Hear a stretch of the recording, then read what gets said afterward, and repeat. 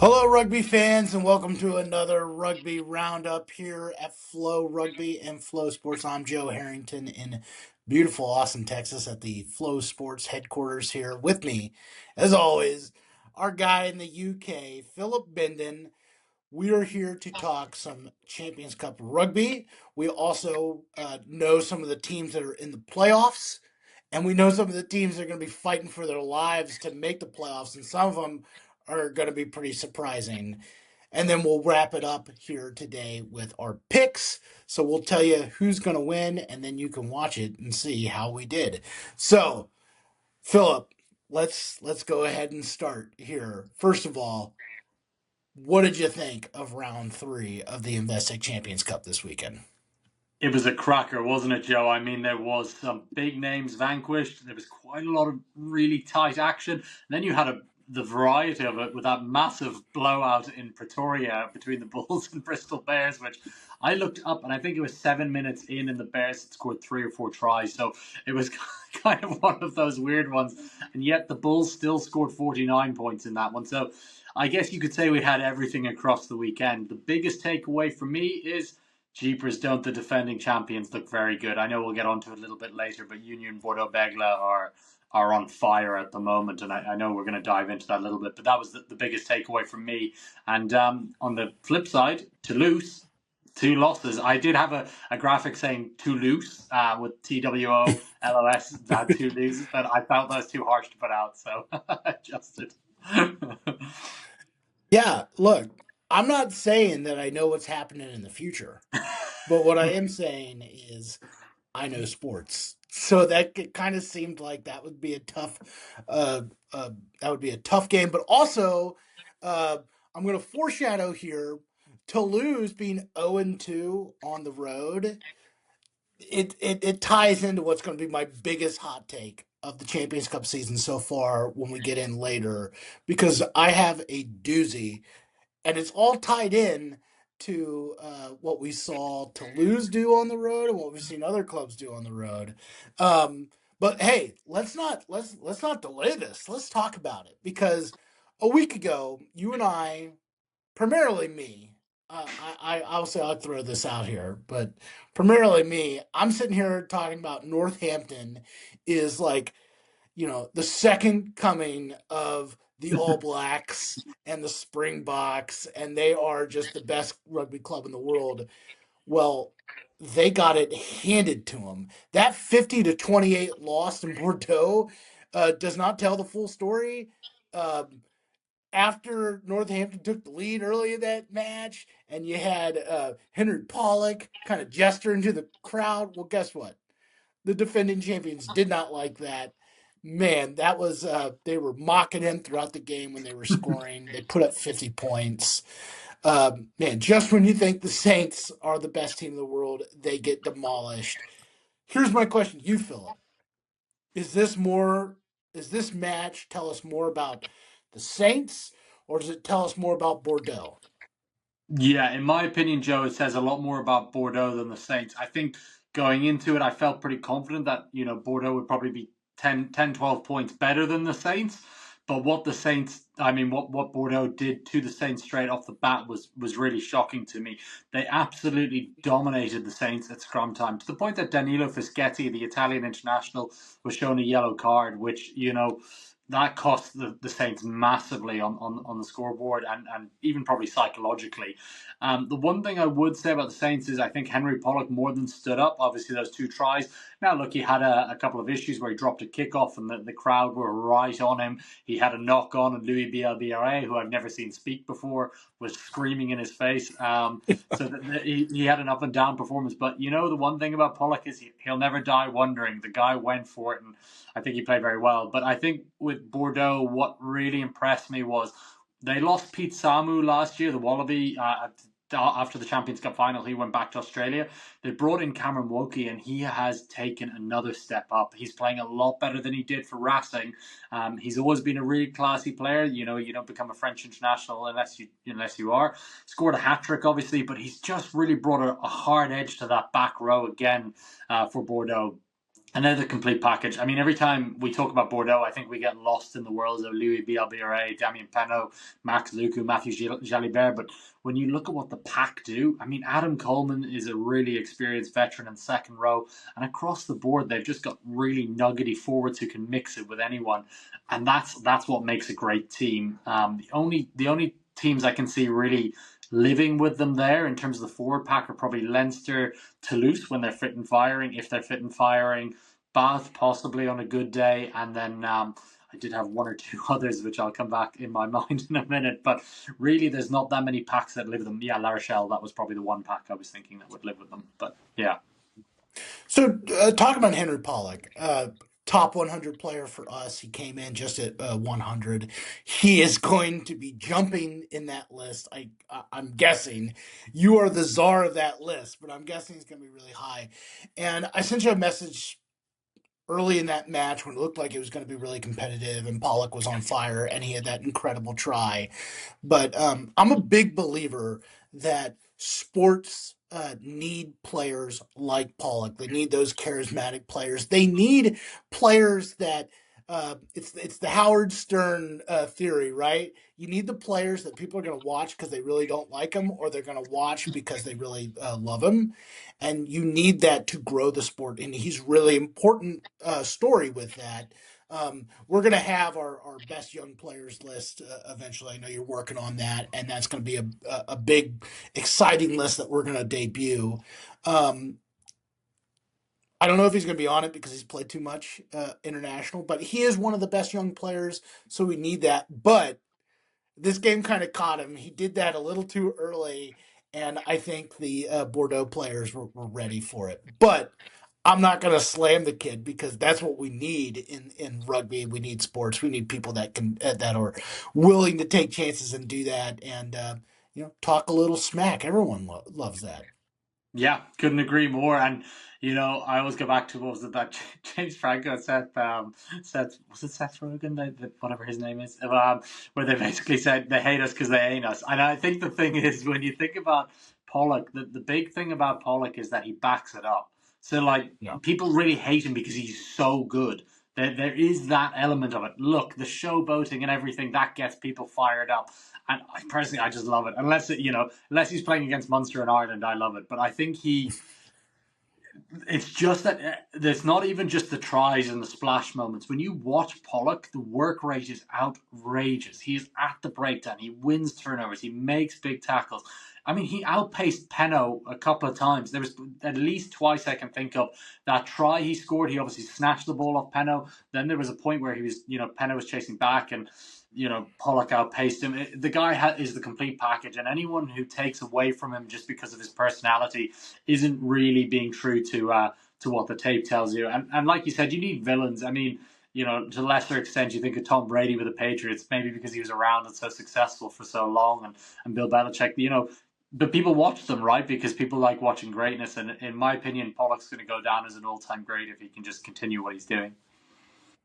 Yeah, I mean, like one of the most beloved basketball teams now, when we think about it, are like the Detroit Pistons, the bad boys. But in the real time, everyone hated them. But now Yeah. we look now, a lot of basketball fans look back at that time and they love him. It's very much another good sports comparison. Again, it's basketball. It's Draymond Green, right? I mean, that's one of the most controversial players in the NBA, but the guy backs it up because he's one of the best defenders. So I agree with you. This match said a lot more about Bordeaux. But here's the thing: Bordeaux's been a weird club this Mm. season because they've not had a great top 14 season so far. But they are kind of, I won't say the word peaking, but they're getting better at the right time. They're more competitive. Um, Again, I'll save my thoughts for the top 14 when I'm making the picks. But I it's hard to really judge top 14 in these games because the domestic league is so all over the place. But yes, if Bordeaux can do this to Northampton, they can do this to anyone. Mm-hmm. And I'll say this: another thing that plays into my hot take later is the Champions Cup final is being played in Spain.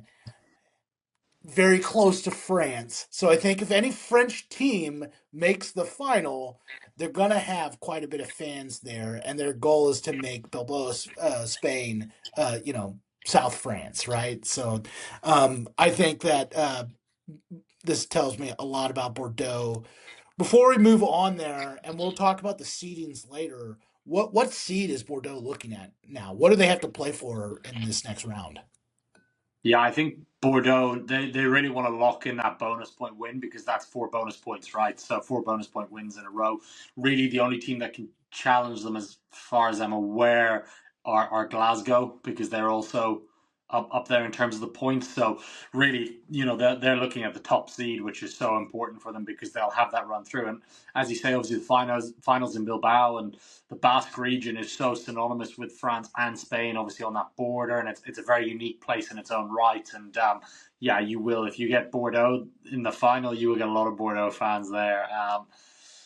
I think for them again, it is that shootout with the Glasgow Warriors. I think that's going to be your top two, and going into it. But are Glasgow 100% home? I mean, they've been super impressive, and I know we'll get onto it later in our picks. But Jeepers, Sarries look pretty good too. So yeah, I think for Bordeaux, they're the odds-on favourites now for that top spot.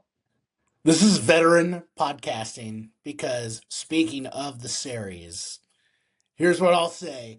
We should be talking about the series big win versus Toulouse and what it means for them, but I'm going to do it this way. You can't be the overwhelming favorite last month and then drop two pool games. So I'm going to tell you that I'm going to ask this. How concerned are you about Toulouse losing two pool matches and their quest to win the Champions Cup? Because I don't think it has anything to do with Dupont coming back from injury because they won the top 14 final without him. They were looking really good without him, and he only helps that team. But is it fluky because of the weather and the travel, or what is your concern level with Toulouse? I think one point you said there about the weather is very interesting. I think if you put Toulouse on a dry park and they're playing against pretty much anyone, they probably win, bar possibly Bordeaux. The problem with it is to be a truly great side, you need to play in all the conditions, right? And fortunately for Toulouse, when it comes to the knockout stages in Europe, we're going to be in April. The weather's going to be a lot better, and there's going to be dry pitches. But I actually have never seen a team that are as good as Toulouse are mismanage weather so poorly. The kicking game was appalling. Thomas Ramos by himself had about two or three knock-ons, which you never see. Dupont didn't kick; his box kicking wasn't on point. Sarri's pinned them back, even when Toulouse had the win behind them in the second half, which should have been a huge advantage. They overcooked it. Blair Kinghorn missed touch. It was really out of sorts. But the problem with it is it's not out of sorts because that also happened to them in Glasgow, and it was the very similar conditions, same sort of wind, same sort of rain, similar sort of pitch. Both of them are artificial pitches, so the ball does skid a little bit more. It kind of slides on that surface quite a bit more. And anyone who's ever played on that sort of 4G, yeah, it's horrible ground to play on, but the ball does bounce a bit more. So I just think they really mismanaged it. In terms of concern level, gosh, imagine your reward for winning your pool is playing Toulouse. I mean, it's not what anyone wants to see coming down the line, but conversely, if they have to go on the road to play against Leinster, Bordeaux, maybe even Bath, are you backing them to win there? Probably not. I mean, unless the weather is great, I think if you get another one of these slower games, you can drag them into an arm wrestle. They just don't want to play that way. So yeah, I am concerned. I think they really have dropped down the rank. I think they're still obviously contenders, and nobody's going to want them on any day. But yeah, I'm not massively impressed with them at the moment. So back in December when we were making our pool picks, I did not wrap myself in glory that much by picking the Hollywood Bet Sharks to win this. To be fair, I also didn't think that we would not have Evan Edspeth for that match, True. for all these matches. But one of the reasons why I didn't pick to lose is because I just felt like they had two really tough matches Mm. going to Glasgow and going to the Saracens and StoneX Stadium. So that's why I didn't pick them. And uh, you know, if the Saracens had not played very well in round one, I wouldn't have picked them to beat Toulouse even at home. But I just felt like what I've seen from top 14 is once they get away from their stadiums, these are completely different clubs, and I wasn't really expecting. Obviously, I'm not a weatherman, so I wasn't expecting the weather to be like it was in the Saracens. But I just knew that those would be tough games. That's why I didn't pick them to win the pool. Um, but they're on the edge of not even making the Champions Cup final, so they could hypothetically not make the playoffs this week. But here's what has to happen. The Hollywood Bet Sharks really have to pour it on Claremont, and the Sail Sharks, who just clinched the playoffs, would have to bring their A team to Toulouse and find a way to win. So I I'll spoil it right now. I'm picking Toulouse to win and make the Champions Cup final. But the fact that we're even talking about that, the fact that they really need to win this game just to make sure it happens, is crazy to me. Yeah, no, I agree, and I wonder, no pun intended, but I wonder if the Sharks smell some blood in the water here because they're going to be looking at this Toulouse team that's more vulnerable than at any point we can remember since the 20, gosh, I can't even remember 2017-18 sort of season. At the beginning of that sort of Dupont run. Interestingly, Dupont to me, I know he's looked good in some top 14 games. He hasn't really flashed in the Champions Cup so far this season, in my opinion, and I think he's obviously still working back to where he was, which is understandable. He was out for so long. And, Sale locked and loaded. They went down there with their second team and thumped Clermont. So weirder things have happened. They might just want to go down there with the strongest team and go, we're still in with a chance of being right up at the top of this pool. If something goes on in Glasgow where, Sarries beat Glasgow, then the pool's wide open. So, yeah, I agree with you though. I do think I find it very hard to fathom Toulouse losing at home in particular and not making the knockout stages for that last 16. But yeah, weirder things have happened. Certainly, Sale Sharks certainly have Well, the class to do it. Well, the fun thing about these matches in this pool in Pool One is the Sharks won't know what happens in Glasgow because their match is at 12:30 p.m. Eastern time on Saturday, and the Warriors, let's see, they're the last game on Sunday Mm. in Glasgow. So really, the Sharks don't know what's going to happen in Glasgow. Now, does Glasgow ever lose at home? Not They don't. really. Not really. But No, you're exactly right. so to me, it seems like Sale might be looking at it as we've got the domestic league coming back next week. We've already launched the Champions Cup. You know, how much does going 3-1 in pool play mean to Mm. them, and what is their seed? I think that there's a lot of they probably have like the big board, right, like with all the math there and trying to figure out who they could play in the first round. And I think that is going to be really interesting to see what team that they come out. Let me Mm. ask you this: if you were coaching the Sale Sharks, what type of team would you put out on this field against Toulouse? Yeah, I think the opportunity for a home run in the knockouts is too good to turn down. And the Sharks have got enough firepower to go and put questions in Toulouse's mind. I don't think this Toulouse team are going to be particularly confident after what's happened in those two pool games, away from home. And if the conditions, I don't think the conditions are great across Europe again this weekend based on what the long range forecasts are looking like. Why not go after them? If you can stay in that fight, I think Toulouse have proven recently that they panic when teams are right with them at this stage. And you've seen a couple of chinks in the armor in the top 14. I know they sent a heavily rotated team down to Perpignan, but they lost. They lost to Perpignan, who were, I think, winless going into that match. So there is something going on with Toulouse where they're just not quite at their confident best. So I personally would be picking a team to go and try and win there because the Prem. Sale are doing pretty well in the Prem as it is, and you don't want to drop games, and it's very tough because it's a short domestic league.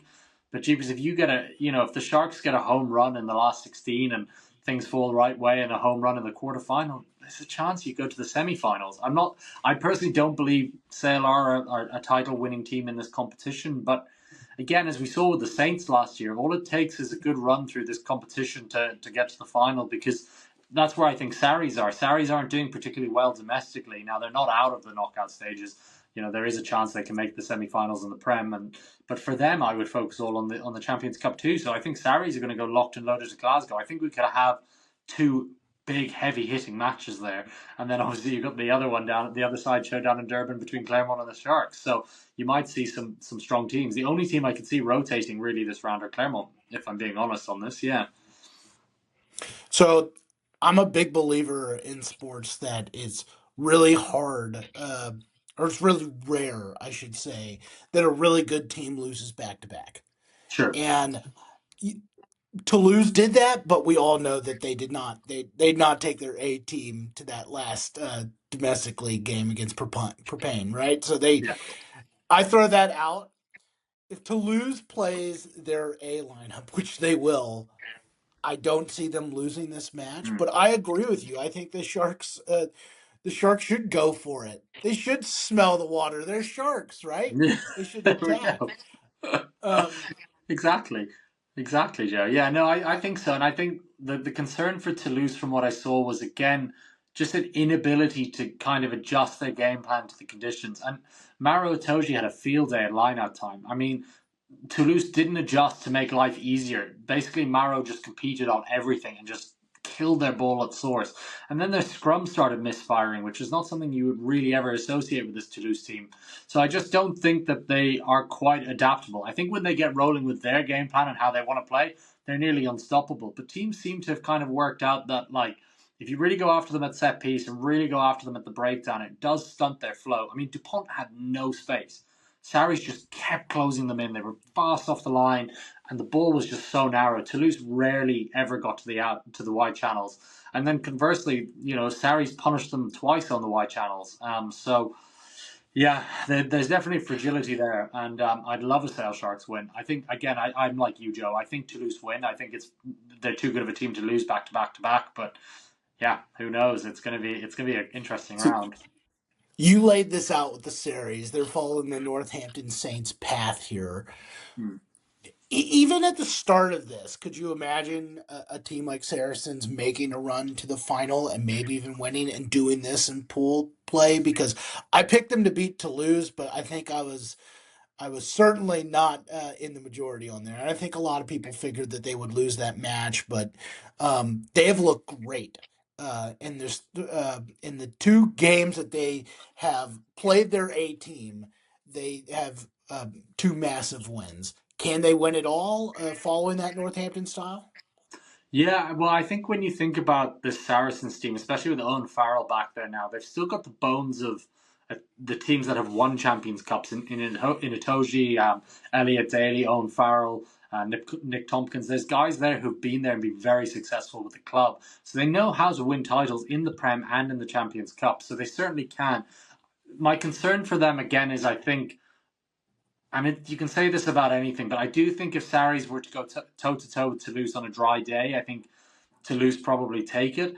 But Sarries played the conditions so well. I think the concern I would have for Saracens is when the conditions dry up and ball playing becomes a bit more of an important factor. I just don't think they've still quite got enough to do it. But I mean, they did bring Ben Earl and Owen Farrell and players like that off the bench this weekend, which is a pretty impressive response. So I think in short, yes, they can, but they would really need the draw to go the right way for them. I don't think that they would want to go.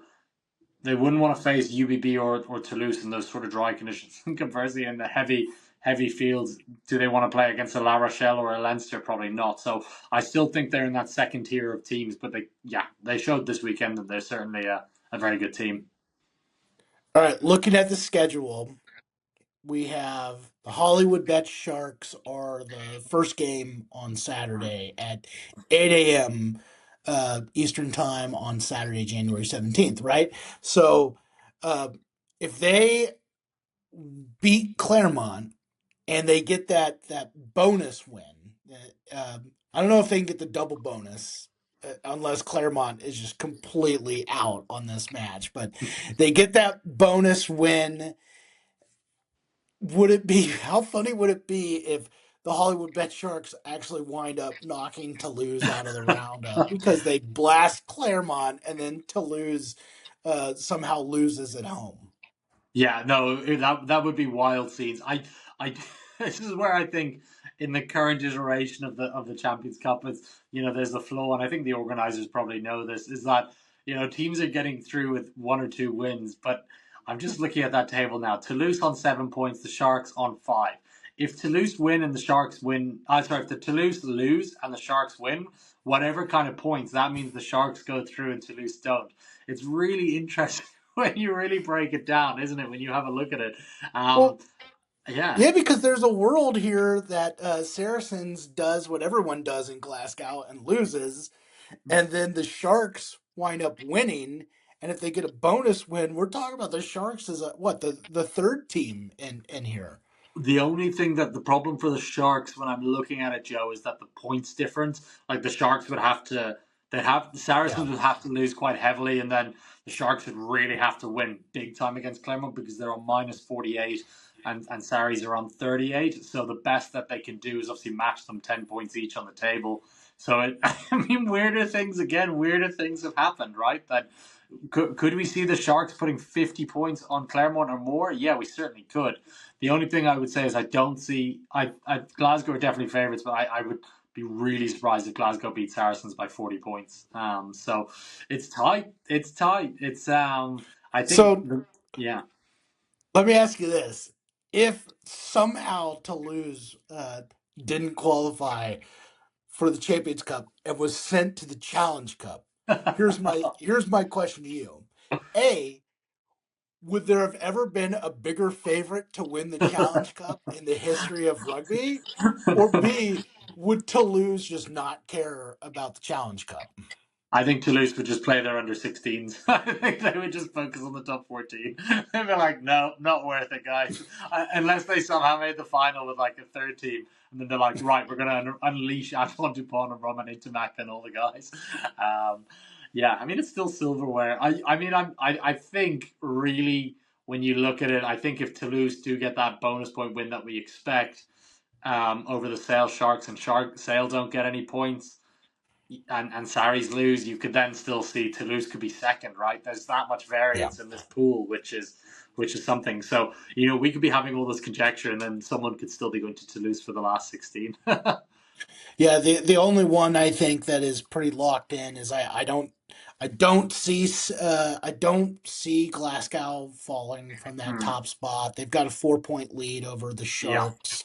They've got a home match. One of the benefits that the Saracens have throughout this whole schedule is they do get Glasgow in round four, whereas opposed to like if they had gotten them earlier in there, I think this is a different match. But Glass Glasgow, the only reason I see Glasgow losing Hmm. at home, even to the Saracens who are really good, is Glasgow just decides we've got the URC next week.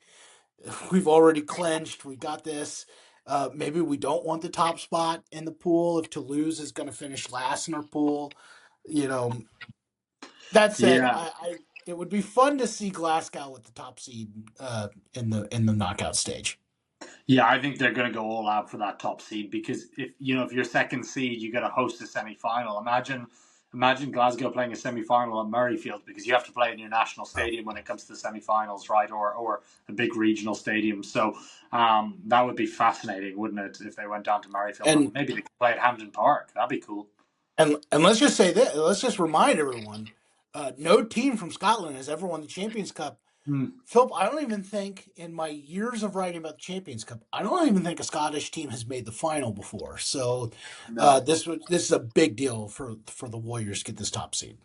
Yeah, no, absolutely. I think from memory, Glasgow were the best the Scottish team ever finished was last season. So, and that was a quarter final, wasn't it? I think they got to. So, I could be wrong on that, but I'm pretty confident that's as far as the Scottish team have got. So, yeah, I mean they've really set themselves up nicely. The only way I can really see them falling out of that top two seeding is again if they don't get a bonus point win and say Leinster go on and get a bonus point win in their final round or they somehow lose to Saris, like you say. But I think they're pretty well locked into that top two. I agree with you. I think they're pretty heavy favourites at home. Okay, so let's. There are 7 clubs that have qualified for the playoffs all over already.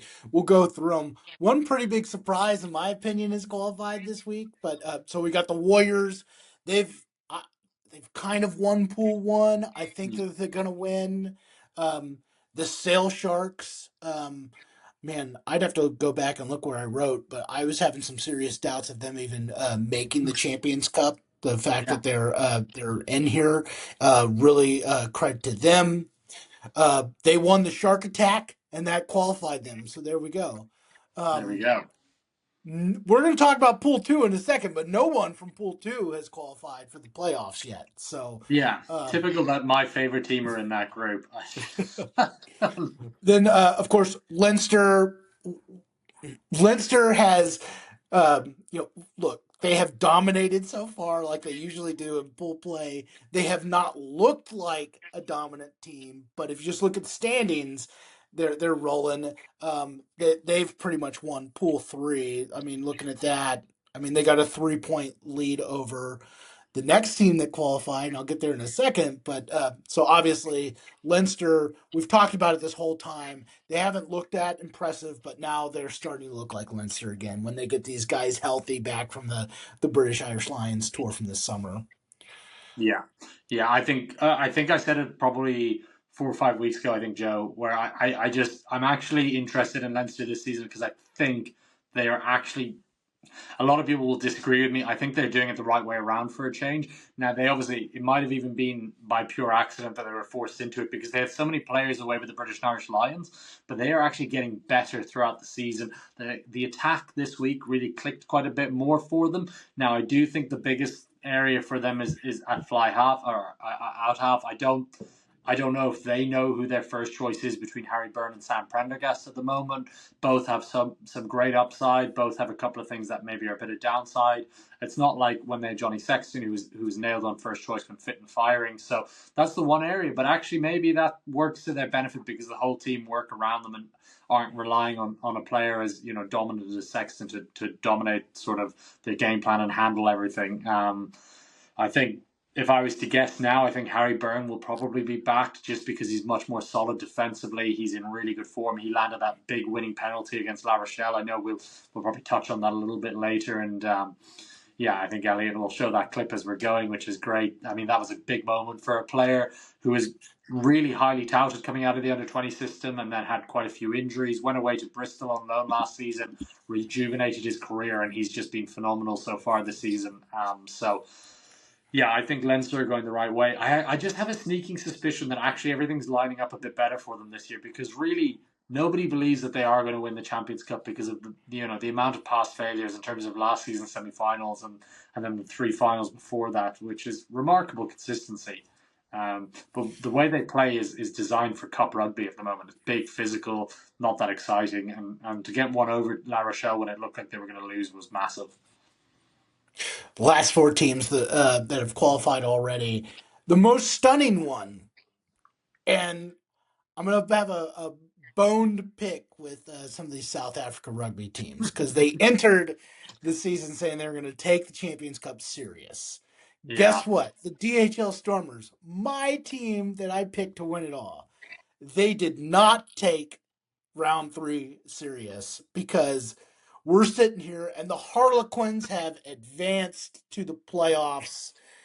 The Harlequins have the distinction of losing to the Northampton Saints 66-21 on January 3rd and then coming back the next week and beating the top team in the URC, the DHL Stormers, 61-10.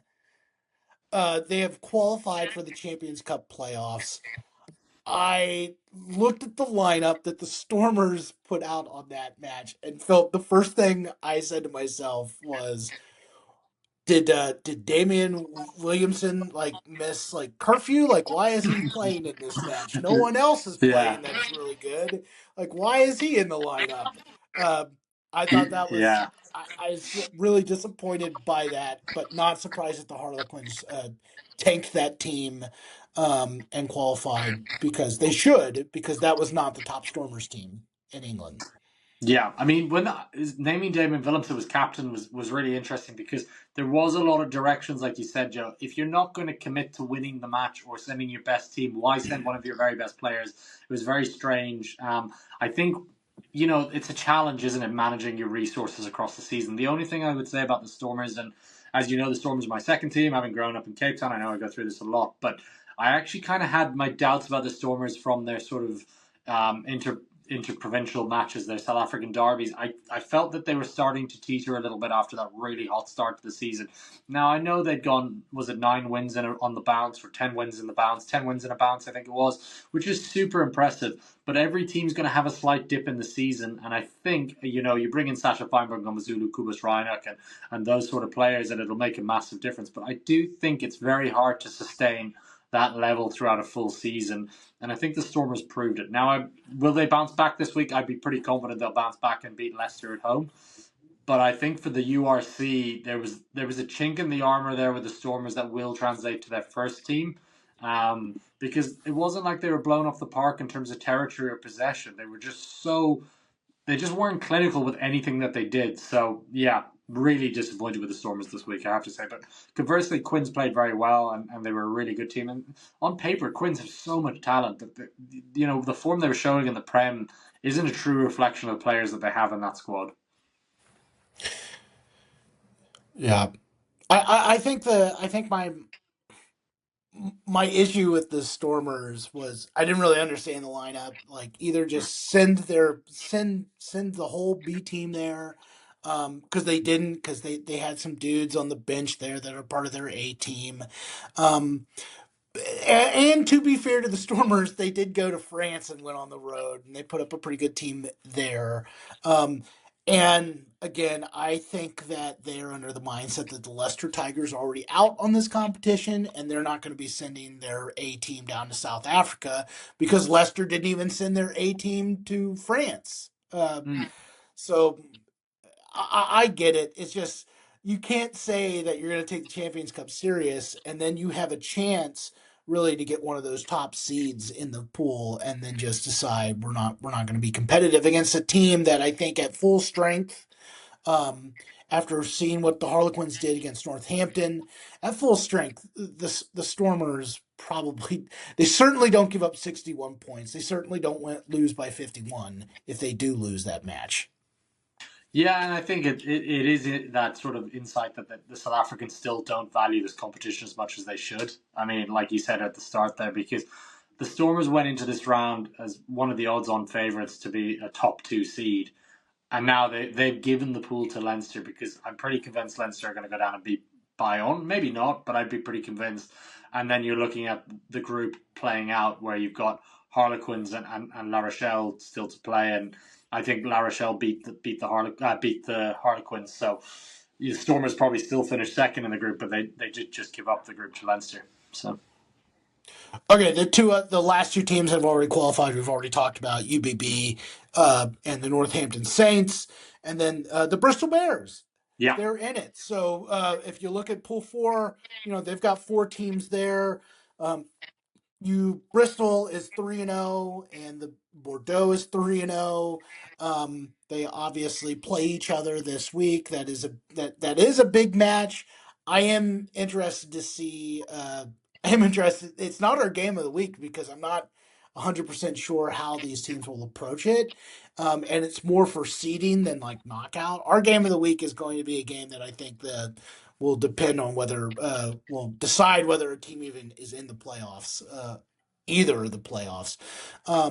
But the Bristol Bears have been unbelievable in this tournament. I was really surprised. I did not have them making this. I thought the Bulls would get in if I believe. I thought Bristol would be the odd team out. But they have looked unbelievable. And obviously, I now own a lot of Bristol Bear merch now for Christmas. So like I'm gonna credit that. Um so those are the teams that are in it. And we touched on this a couple seconds ago. No team from pool two is in, but we're gonna have four teams that make it. So outside of the pool two teams, what are the five other clubs you think that are making these playoffs? Yeah, okay. So if I was looking at it now, I think I'm just going to get who are Po playing in the final round. Po are playing against the Vodacom Bulls at home. So Po will go through. So Po will be the fourth team in Pool 4, would be my view on that one. I think the Scarlets, because they lost at home to Po, will be out, and I think the Vodacom Bulls will be out. So I think Scarlets will go into the EPCR Challenge Cup. The Vodacom Bulls won't go anywhere. Then looking in Pool 3, I think you're going to see the DHL Stormers and La Rochelle get through. So that's three of the teams going through. And my guess will be you will have Leinster in first place in the group. You will have the DHL Stormers in second place, Harlequins third, and La Rochelle fourth, just because of the points difference there. We're excluding Pool 2. And then in Pool 1, I think the top four you have now is the top four that will go through in order of Glasgow first, I think Toulouse second, on the premise. Yeah, Toulouse second, Saracens third, and Sale Sharks fourth. No, sorry, Okay. Sale Sharks third, Saracens fourth. Yeah. All right, so let's talk about Pool 2. It's insane. No one is clinched. Every team hypothetically, I mean, looking at this, every team hypothetically could actually miss the round of 16 because no one's Yeah. clinched, but like it's insane to me because you got the number 2 team in the Premiership is in this league, Bath. Mm. You got Munster, who was number 2 in the URC for a long time. They're in here. So, like, make it make sense, Philip. What's your prediction in Pool 2? What's happening? It's madness. I mean, really coming out of this round, and I know I'm like a biased Munster fan, but for example, I really thought we would have a clear two of Munster and Bath at this round because that final penalty against Toulon was bizarre, and maybe by the letter of the law it might have been, but I don't think it was.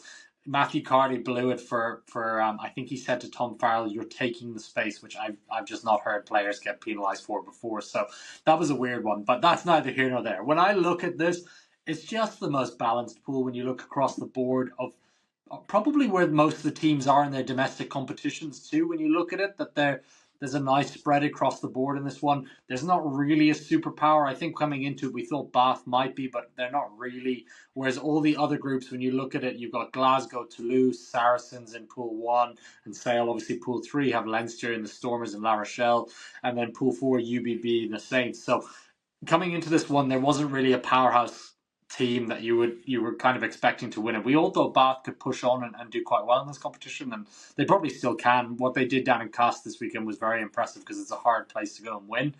But making it make sense is so hard, right? Because I'm looking at this going into the final round, and if I was to guess, I think Bath beat Edinburgh, which means Bath top the group. I think Munster beat Cast at home, which means Munster goes probably to 10 or 11. I'm going to say 11 points just to make myself feel better.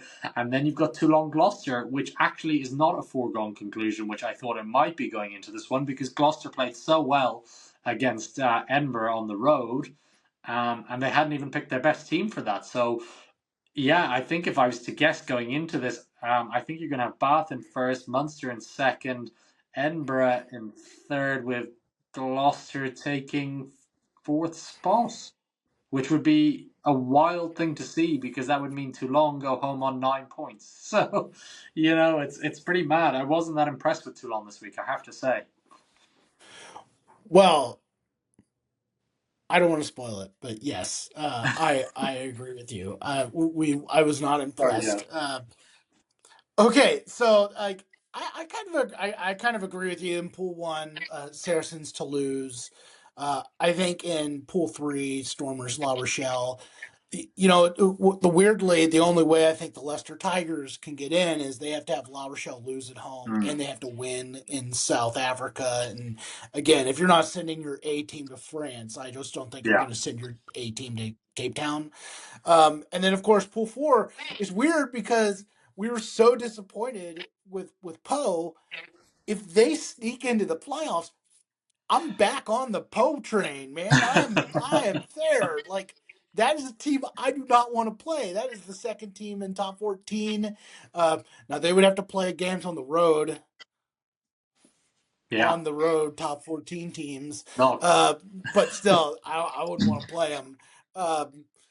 So Okay, of these teams that have clinched playoff spots, Philip, looking at this week, um, is the most consequential game uh, Bordeaux Bristol because of the seeding, or is it Glasgow Series because of the seeding? Ooh, yeah, that's a good question. I think. Oh, jeepers, I would put them pretty much on a par, if I'm being honest, Joe, because Bristol have that potential. Bristol, And I should say that yeah, Leinster does go to Bayonne. yeah. Uh, Bayonne's been one of the worst teams in this field, but it's a French stadium, so I guess there is that one. But go ahead, continue. No, sorry, no, you're absolutely right. I think you could have a really weird weekend. I'm going to save it for the picks because I've got a few there on that, but I think hypothetically, if you say Bristol beat Bordeaux, right, and that means Bristol top pool four, and then say Leinster beat Bayonne, then you've got that whole new look. And if Glasgow lose, then suddenly Leinster are the number one seeds, and they have a run at home all the way to the final, and then Glasgow, drop down as far as well, it's all up for grabs there. Really, there's quite a lot going on. I think if I'm going to be honest, I think when I look at it, Bordeaux Bristol is the most consequential match, just because the winner takes the top of that pool, right? No matter what. Whereas in the other group between Glasgow and Sarries, if Glasgow win, they obviously take top of the group. Sarries could take top of the group, but they would need a win with a bonus point, and then Sale are still in the running to take that group. So I'm going to go with Bristol UBB being the most consequential match this week, followed very closely by Glasgow Sarries. Okay, so let's pick these matches, and you can tell me which of these matches are really going to matter for teams trying to make the playoffs. So here we go. I'll pull up the schedule here. All right, man, we've gotten to picks, and we haven't even gotten to the 50-minute mark of the podcast, Philip. We're Yay flying. us! All right, Look at us, Joe. okay, look at us. All right, Champions Cup picks. All right, the first match of round four is in pool four. It's at 3 p.m. Eastern time on January 16th. That is this Friday. We have Poe versus the Vodacom Bulls in France. I mentioned that Bayonne has been one of the most disappointing teams in Champions Cup play. I think the Vodacom Bulls are probably even more disappointing in there. Um, Poe clinches a playoff spot with this, and I'm picking Poe to win. Is that accurate? Yeah, I'm right there with you. Yeah, I don't see a way for the Bulls to win this one, and I think they'll send a heavily rotated team to France.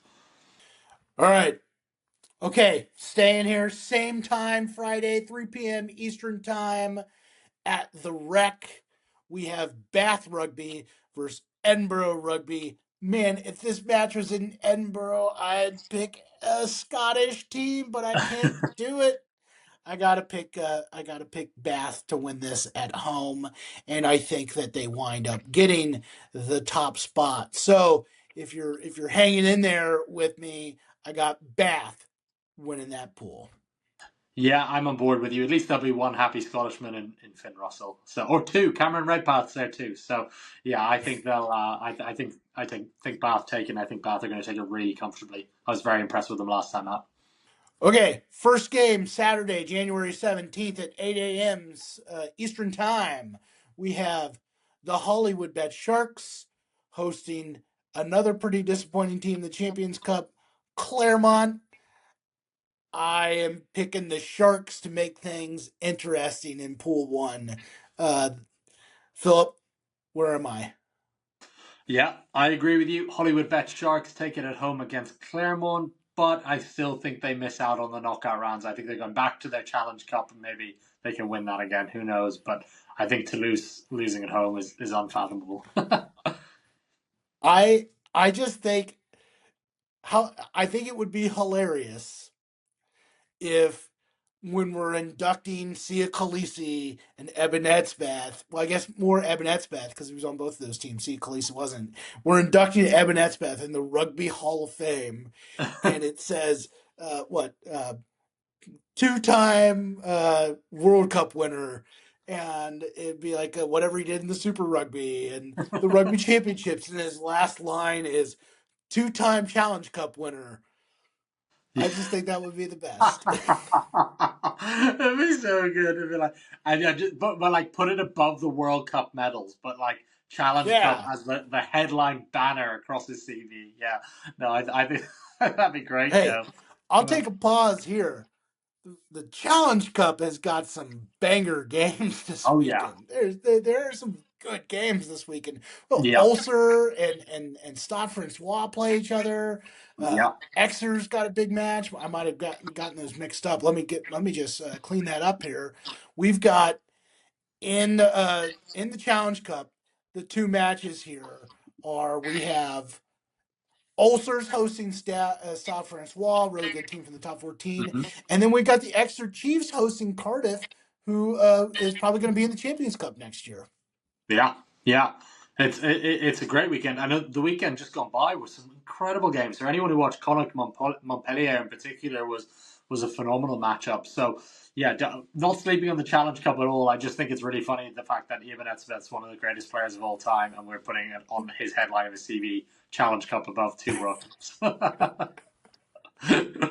I will say every time Montpellier is on my TV screen and my wife is in the room, I get all the updates from our from the former Scottish captain there who has had some legal problems who signed on with Montpellier. I get Yeah, all the yeah. updates from him, and There's let me one say the Telegraph. updates this week was not great. No, sorry, Joe. Yeah, yeah. Sorry, I was cutting in and out there. Yeah, Montpellier do not have a good track record with signing players. There is a lot of players with bad pasts in that group, but let's not get ourselves in legal trouble here. So we'll move on. Yes. Mr. Hogg did not have a great week. We'll just say No. that. I get that update from my wife every week. Yeah. Yeah. Okay. All right. So moving on at 10:15 a.m. Eastern Time in Stade Zagur Stadium. In Bayonne, we have Bayonne versus Leinster, who's trying to go undefeated. I think maybe Leinster would not send their top team and get those guys a breather, but with the top spot in the playoffs, likely. Um, I think the EPCR really wants Leinster to take their A team to there, win it, get the top spot, and then have Toulouse uh, get the last playoff spot. So we have Leinster Toulouse in round of 16. That said, I am picking Leinster to win this match. Bayonne at the start of the Champions Cup, I thought looked really good. It had a lot of momentum, but they've not played very well. They lost in round one to the Stormers, so Leinster wins this. Yeah, I agree. I'm just reading the Leinster injury report, which was sent out earlier in the day. So, one thing that will affect them is that it looks like Jack Boyle, Paddy McCarthy, Andrew Porter, that's their first three choice loose heads, are all injured in terms of their props. So, that's three loose heads out. By the sounds of things, there's a chance that Porter could be back, and there's a chance that Boyle could be back, which would be massive if they had either of them.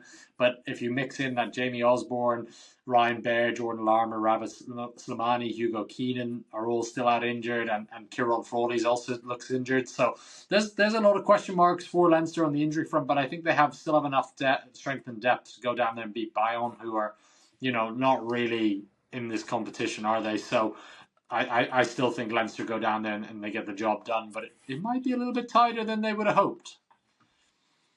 Yeah.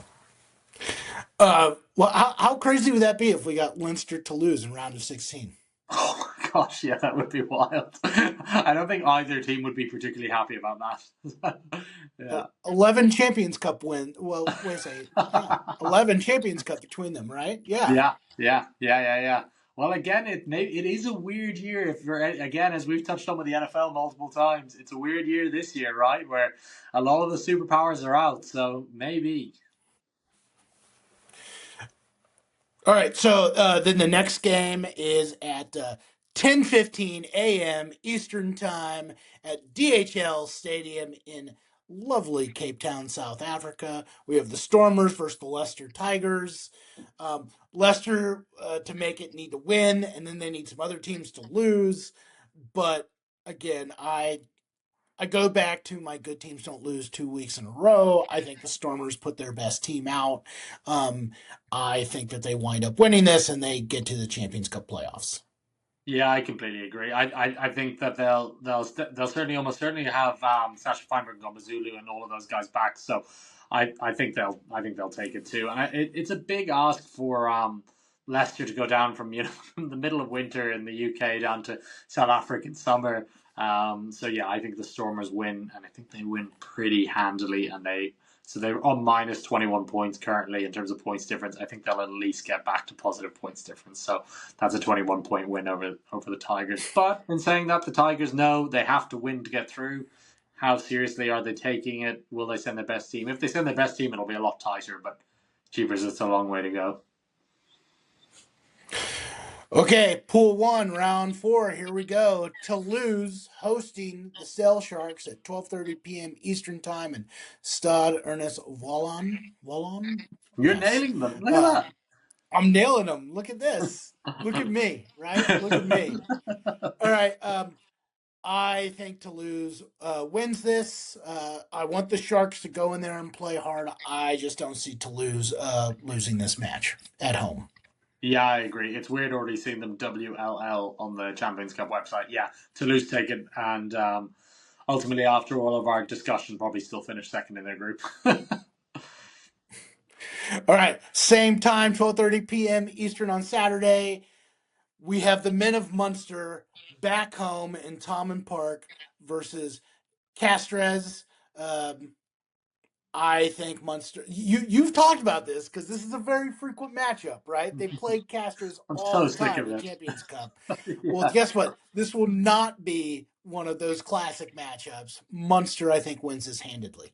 Yeah, I think Munster take it pretty convincingly. I'd be disappointed if they don't. So that'll take them to 11 points, and I think that will be enough for them to be second in the group because I think they'll be right up there. Okay, we finally got it. I've teased it throughout the whole podcast, Philip. Here it is. The difference between a top 14 team in their home stadium and a top 14 team on the road, that's the one thing I've learned throughout the Mm, entire top 14 season. Really great teams in the domestic league, they're not just losing on the road, yeah. they're getting crushed on the road. Like we've talked about it with La Rochelle. Mm, They lose by like 50 points and they win by 50 points. And the only difference is one was on the road, one is at home. It's sports. I get it. That's part of it. But at the same time, you know, Toulon lost to an Edinburgh team in Scotland. That's a tough place to play. I get mhm. it, but that's a winnable game when you're the number 3 team in the top 14, playing a team that is trying to fight to make the Champions Cup next year in the URC. Uh, we've seen UBB look completely different on the road. We've seen Toulouse lose to really bad teams on the road this year in the domestic league. Toulouse has lost twice on the road. In a vacuum, if this game was played on a neutral field, Toulon wins because Gloucester has not won a match For sure. domestically or For Champions sure. Cup since round 1 of the Champions Cup. Yeah. This is not in a neutral field. It is not in a vacuum. This is at Kingsholm Park. Hmm. I'm picking Gloucester to win this match and knock Toulon out of the playoffs. So that is my hot take, and it's because I just do not trust the top 14 teams away from home, and that would mean that my teams coming out of that pool. I got to scroll back up to my notes here, but Yeah. You'll have I will have Bath. Bath, Munster, Gloucester, and Edinburgh sneaks in as the last Yeah. team. Yeah. Weirdly, I have the same feeling. And look, there's almost certainly a bit of Munster bias with my pick, but I know Toulon will go to Gloucester knowing they have to win. But when you look at what their next matchup is in the top 14, it's against the team probably they hate the most in Montpellier. It's a local rival. It's going to be really hard for them to manage their squad on that side of things. So I think Gloucester played really well against Edinburgh. I think they played really well against Edinburgh, and Edinburgh beat beat Toulon pretty comfortably, right? When it was all said and done. So I agree with you, Joe. I think we're going to have Bath in first place, Munster in second, and like you said, then we're going to have Gloucester in third and Edinburgh in fourth, which means Toulon drop down to the Challenge Cup. And Cast go home with nothing. So it's going to be a really interesting round. But yeah, I think we're on the same page again on that one.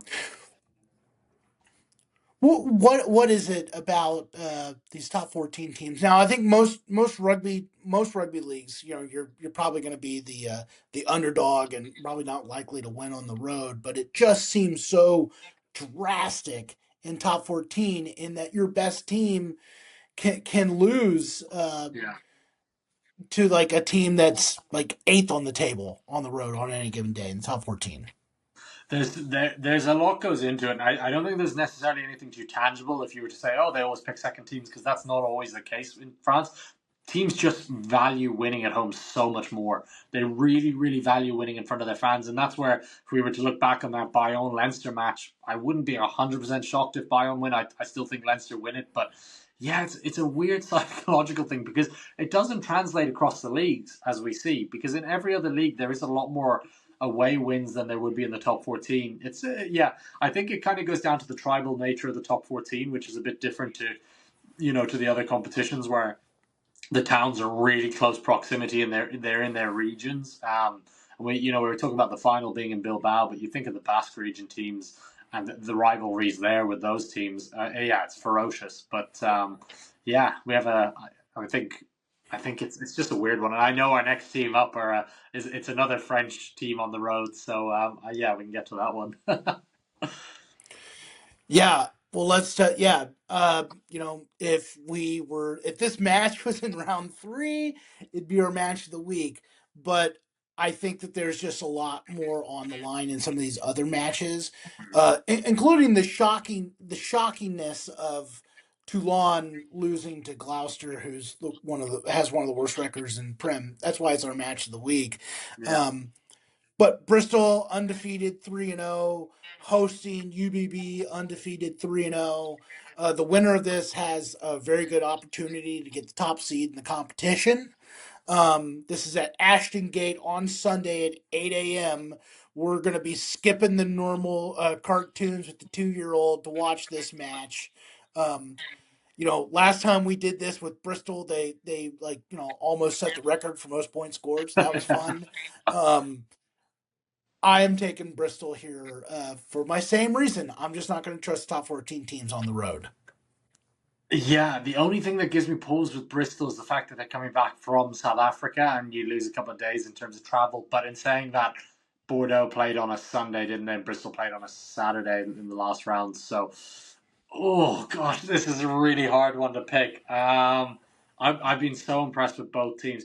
I'm going to go with UBB just because they know that they need the top spot and they are the reigning champions and keepers. What they did to that Northampton Saints team was so impressive. But I wouldn't be shocked if we're sitting here on Monday next week talking about Bristol being the top seeds in the competition. But for me, UBB are going to go on the road and take it. I think they know the Champions Cup is all about that top seeding. All right, moving on. 10:15 a.m. Pool 4, Round 4, Northampton Saints versus the Scarlets. Unfortunately, the Scarlets were not able to pick up one of their wins. Guess what? They're not going to pick up a win here. No. Northampton. I don't even know what team Northampton will throw out there, but coming off the massive loss to Bordeaux, coming back home, the Scarlets haven't won. The Scarlets could win and make the Challenge Cup, I guess hypothetically, but the Saints are going to win this one. Yeah, I don't think we need to dive into it too much. I agree. I think the Saints are going to unleash all their frustration from Bordeaux on Scarlets, unfortunately. And I think it'll be.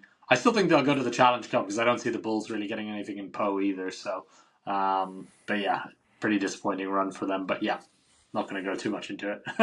Same time, 10:15 a.m. on Sunday in Stade Marcel de Flandre. Yeah, the Flandre. Um, Yeah, yeah. Yeah, there we go. All right. The surprising team that has already clinched, the Harlequins, they're going to France to face a La Rochelle team that needs to win because they have not won since round one. Mm. Again, it'll be interesting to see what the Harlequins do with their lineup here because they had the domestic league coming back.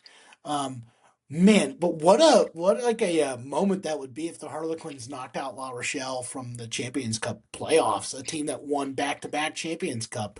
Um, Really interesting matchup. That said, never underestimate the heart of a champion. I'm picking La Rochelle in this match. Yeah, I think La Rochelle are going to beat Quins pretty convincingly. I think they're going to physically front up in this one. And actually, I think Quins are going to send a good team over because for Harlequins, the rewards are, if Leinster slip up away in Bayonne, then potentially top spot in the group, which would be the wildest outcome of any group, I think, if that was the case. So, yeah, I think La Rochelle get the job done. The schedule makers didn't know this was going to be the case when they made this the last match of pool play back in July of 2025. But here we go, 12:30 p.m. Again, a game that in a vacuum is one of the games of the week. The Glasgow Warriors trying to get the top spot in the entire playoffs host the Saracens, one of the most impressive teams of this Champions Cup. The only match they lost is when they sent their C team down to South Africa to play. So here we go, Scotstown Stadium. I'm picking the Warriors. They're going to win this match and they're going to get the top seed. Yeah, I agree with you. They've been so impressive. It's really hard to go against them, and but there's just something about Saracens this season. But yeah, no, I'm gonna be sensible. I think the Warriors take it. I think they'll take the top seed, like you say. They'll be in the top two depending on if that Bordeaux Bristol game goes. Yeah, I think this is going to be a great match. Obviously, the reason I like Saracens is they got stars. And I like watching rugby games with stars. This is can't Sure. miss. Glasgow has the best home stadium advantage in the sport right now. This is going to be great. I hope the weather is awful. I hope that the Saracens and the Warriors look miserable in this match. I hope that it looks as miserable as it did in the StoneX Stadium game the other day. I want it pure rugby, and the Warriors grab it. Yeah, for sure. I think we're on the same page there. All right, so that's it. Champions Cup round 4. It starts this Friday. Oh, and then we start talking about Six Nations. We start talking about domestic league coming up. Philip, so much rugby. Shout out here also, we got Japan Rugby League One. That season is still rolling. That's available on Flow. That keeps going this week. We got the weekly club rankings. Philip, any spoilers this week? There are some spoilers, Joe. There are going to be a big change at number one for the first time in quite some time. So, for anyone who's been following the power rankings, there's going to be a drop off, which is going to be unsurprising when you look at the Champions Cup. But there's a couple of other big shifts up and down that'll be quite interesting for people. So, remember that comes out on Wednesday. Can't wait to, get that one out there. All right, there you have it, rugby fans. Reminder, watch rugby. Subscribe to Flow Rugby to watch rugby. We've got the Champions Cup. We've got the URC, the Top 14, the Gallagher Prim, Japan Rugby League One. That's all coming back next week. Until next time, watch rugby this weekend. Grade us on our picks, and we'll see you next time. Thanks, Joe.